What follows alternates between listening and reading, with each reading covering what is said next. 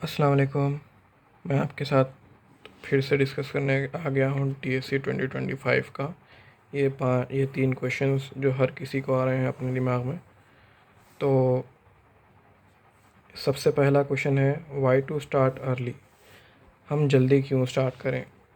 देखिए, अभी DSC का नोटिफिकेशन आने के लिए कुछ दिन बाकी हैं। अभी टेट का रिज़ल्ट नहीं आया।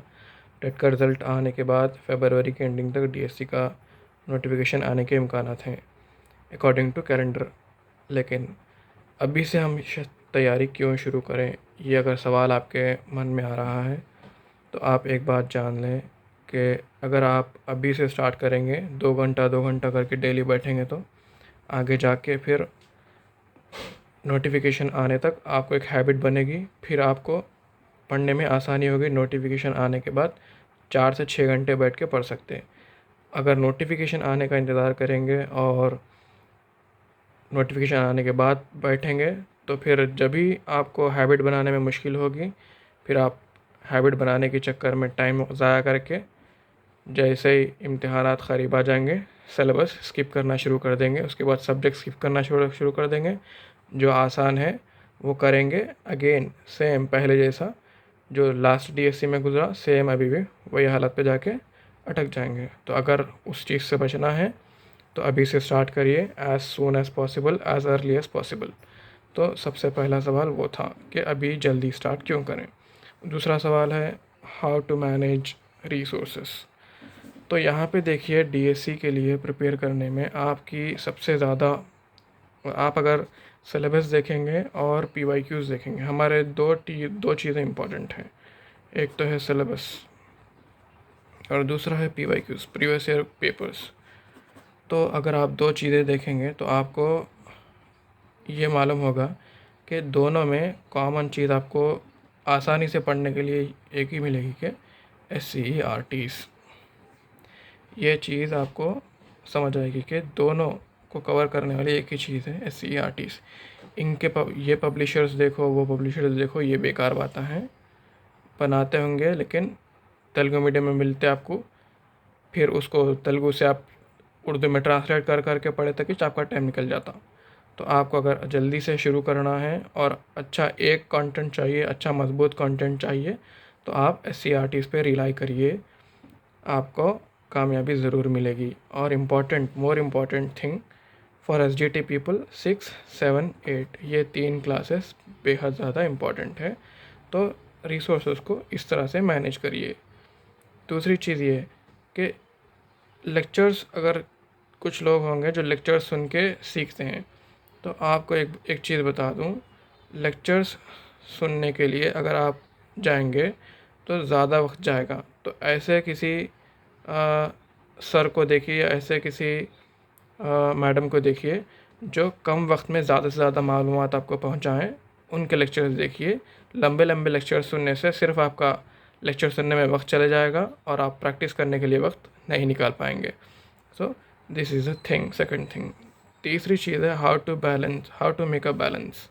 How to make a balance से मरद ये है कि आप DSC और टेट के अंदर एक बैलेंस किस तरह से बनाएं कि आपका मार्क्स 60 क्रॉस हो जाना, बस 60 क्रॉस हो गए तो आपको जॉब मिल जाएगी। ये मेरी गारंटी है। इसलिए बोल रहा हूँ क्योंकि इस साल भी मैंने देखा है बच्चों को 60 क्रॉस, जितने भी लोग थे सबको जॉब मिला है। मैंने देखा है, 7 वाले ही मेरे फ्रेंड्स थे, सबको मिला है 60 क्रॉस। जिनके ही मार्क्स थे उन लोगों को जॉब्स लगे हैं। तो आपका ये बनने के लिए आपको किस तरह से बैलेंस बनाने की ज़रूरत है। तो अगर आप देखेंगे कि हर सब्जेक्ट से आपको, एक सब्जेक्ट के DSC के अंदर 12 मार्क्स हैं अपने को। 12 marks in the sense 9 marks for content and 3 marks from methods. तो अगर आप देखेंगे कि ये 12 मार्क्स हैं, 12 में से अगर आप कोशिश करके 8 मार्क्स भी ला लेंगे तो 5 सब्जेक्ट के 8 मार्क्स अगर आप काउंट करेंगे तो 40 हो जाएंगे। और पर्सपेक्टिव इन एजुकेशन की बात रही तो ये बहुत ज़्यादा, पर्सपेक्टिव इन एजुकेशन और करंट अफेयर्स, ये बहुत ज़्यादा अनसर्टेन है, सर्टेन नहीं है, अनसर्टेन है। इसमें से कब और क्या पूछ ले आपको कुछ अंदाज़ा नहीं होगा। तो इसलिए आप इन दोनों से 5-5 मार्क्स भी अगर आप कोशिश करके हासिल कर लेंगे तो ये इसके 5 8 40 ये मार्क्स हो गए, 5 सब्जेक्ट से 40 मार्क्स ये हो गए, 5 इसके हो गए, 5 इसके हो गए, ये 50 मार्क्स हो जाएंगे। 50 मार्क्स में अगर आपके टेट में 85 है, मिनिमम से मिनिमम 85 मार्क्स आप कोशिश करके ला लिए होंगे अब तक, तो मिनिमम 85 मार्क्स भी अगर आप ला लिए तो टेट के आपको डीएससी के अंदर 11.3 मार्क्स ऐड करते हो लोग, तो ये 50 प्लस ये 11.3 बोले तो ये 61.3 मार्क्स हो जाते। सो आप सेफ साइड आ गए जैसी बात होती। तो इसलिए क्या करिए, आप बच्चे सवाल कर रहे हैं कि मैथ्स छोड़ देना क्या सर, मैथ्स छोड़ देना क्या पूछ रहे, या फिर सीए छोड़ देना क्या बल्कि पूछ रहे। तो आप अगर छोड़ने की बात करेंगे अभी से, तो फिर आगे जाके आपको बहुत कुछ छोड़ना पड़ेगा, जॉब भी छोड़ देना पड़ेगा, जॉब की उम्मीद भी छोड़ देनी पड़ेगी। तो मैं आपको बता रहा हूँ, कोशिश करने में ही कामयाबी है। कोशिश करिए, बात बन जाती।